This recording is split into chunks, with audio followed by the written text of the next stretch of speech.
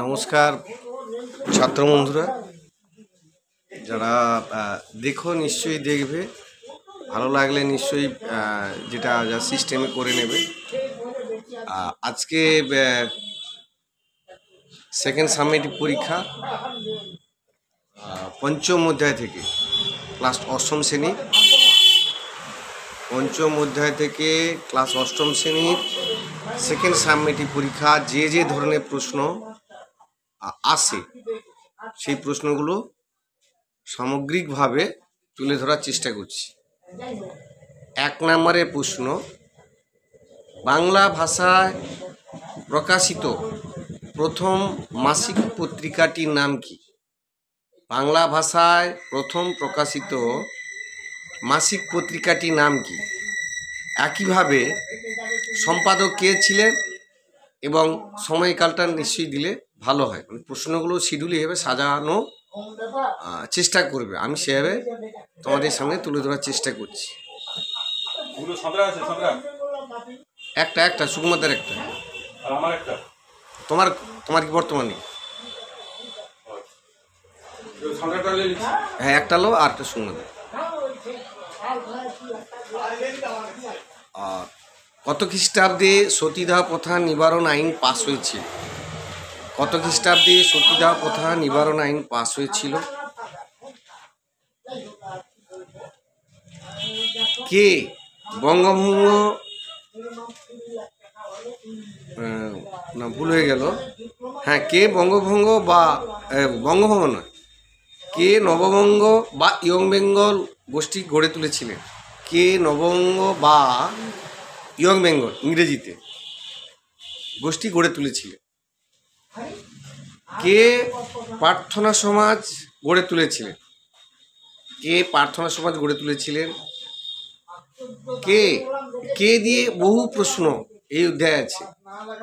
চেষ্টা করবে নিজের থেকে পড়ার পর এভাবে একটা প্রশ্ন সেট করে নেওয়া, পরে আমি লাস্ট মিনিট নিশ্চয়ই দেবো।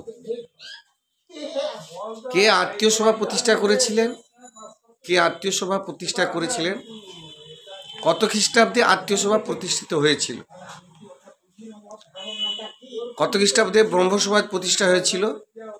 একইভাবে কে ব্রহ্মসমাজ প্রতিষ্ঠা করেছিলেন? কে, একই উত্তর হবে কিন্তু বিভিন্ন ভাষাতে তাকে অভিহিত করা হয়েছে। কে জাতীয় মেলা অবলিক চৈত্র মেলা অবলিক হিন্দু মেলা চালু করেছিলেন? তাহলে প্রশ্ন কি হলো, কে চৈত্র মেলা, হিন্দু মেলা, জাতীয় মেলা চালু করেছিলেন? এবারে বিদ্রোহ আছে ক্লাস অষ্টম শ্রেণী পঞ্চম অধ্যায়ে। জাতীয় বিদ্রোহগুলো অর্থাৎ পঞ্চম অধ্যায়ে যেটা আলোচিত হয়েছে, ঔপনিবেশিক শাসনের প্রতিক্রিয়া। ঔপনিবেশিক শাসনের প্রতিক্রিয়া মানেই সেখানে আগে মানুষকে সচেতনতার বার্তা, মানুষকে সংগঠিত করা, তারপরে আন্দোলনকে পরিচালিত করা। যদিও সর্বভারতীয় ক্ষেত্রে সেভাবে ঔপনিবেশিক যে বিদ্রোহগুলো হয়েছিল সেটা বিক্ষিপ্ত আকারে, অর্থাৎ ওইখান থেকে যে প্রশ্নগুলো হবে, কত খ্রিস্টাব্দে সাঁওতাল বিদ্রোহ হয়েছিল? কত খ্রিস্টাব্দে সাঁওতাল বিদ্রোহ হয়েছিল? সাঁওতাল বিদ্রোহে যে নেতাগুলো আছে তাদের নাম, অর্থাৎ সাঁওতাল বিদ্রোহে 2জন নেতার নাম লেখো, সিধু কানু। আবার ওই 2জন না বলে দিয়েই সোজা সাপটা বলো সাঁওতাল বিদ্রোহের নেতার নাম লিখবে। এবার যেহেতু 1 নম্বর 1 লিখলে 2 থেকে 2 নম্বর 2টো নাম লিখবে। হিন্দু পেট্রিয়ট পত্রিকা সম্পাদক কে ছিলেন? যে হিন্দু পেট্রিয়ট পত্রিকা কোন প্রেক্ষাপটে, কে এর সম্পাদক ছিল, কত খ্রিস্টাব্দ নাগাদ এটা প্রকাশিত হয়েছিল? মোপলা বিদ্রোহ কোথায় হয়েছিল? মোপলা বিদ্রোহ। মুন্ডা বিদ্রোহ কবে হয়েছিল?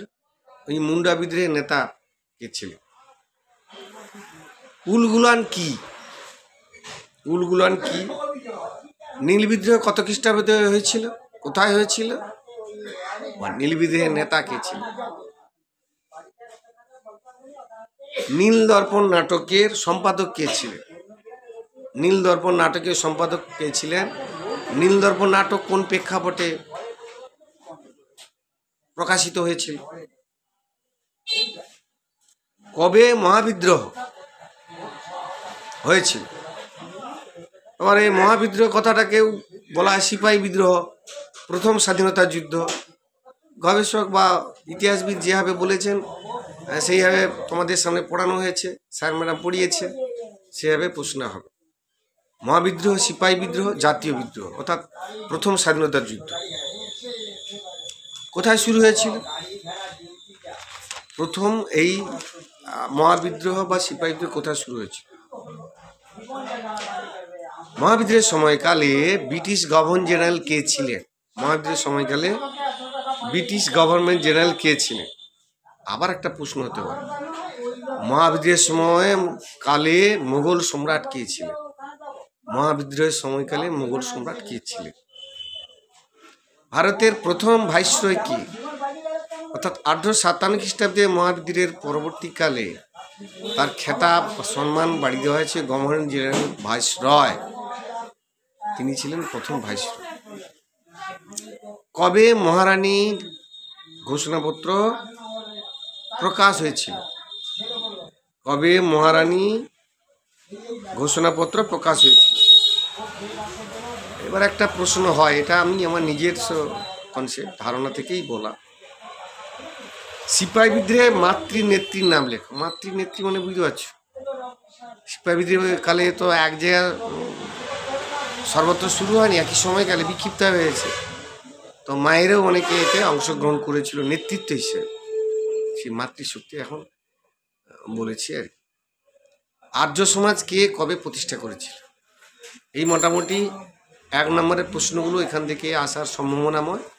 আমি লাস্ট একটা সাজেশন একটা দেবো, যে 2 নম্বরে 10 মিনিটের মধ্যে করতে হবে, এত নেট খরচ করা যাবে না।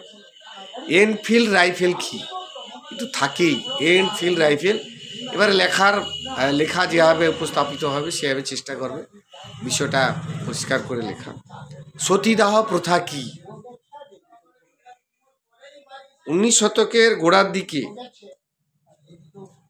সামাজিক অভিজ্ঞতাগুলির 4টি দিক লিখো।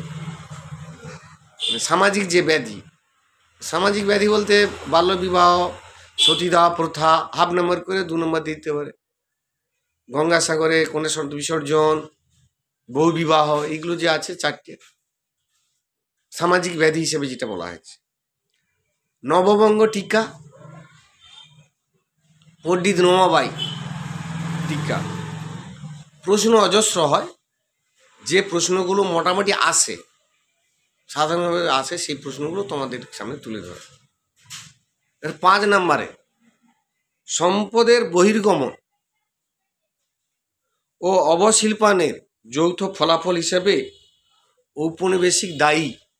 তোমার উত্তর সপক্ষে যুক্তি দাও। 5 নম্বরে হতে পারে, 6 নম্বর হতে পারে। আবার বলছি, সম্পদের বহির্গমন ও অবশিল্পায়নের উপর যৌথ ফলাফল হিসেবে ঔপনিবেশিক কারণ দায়ী।